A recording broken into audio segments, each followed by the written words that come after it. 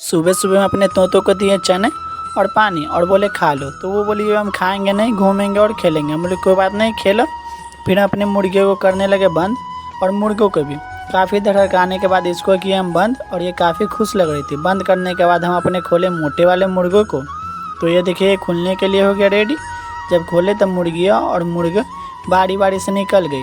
निकलने के बाद इसको किए हम बाय बाय करने के बाद हवाई पकड़ कर आ गए चिड़िया बाज़ार। चिड़िया बाज़ार आने के बाद हमको देखी बजरी के जोड़ा, वो भी काफ़ी प्यारी सी, और हंस का भी जोड़ा था। ये काफ़ी प्यार से पानी पी रहे थे। बोले हमको ले चलो। हम बोले किसी दिन और तुमको ले चलेंगे। और फिर हमको देख कर डॉग काफ़ी एक्साइटेड हो गया और काफ़ी खुश भी। और ये दोनों चिड़िया आपस में क्या बात कर रही थी हमको कुछ समझ में नहीं आया।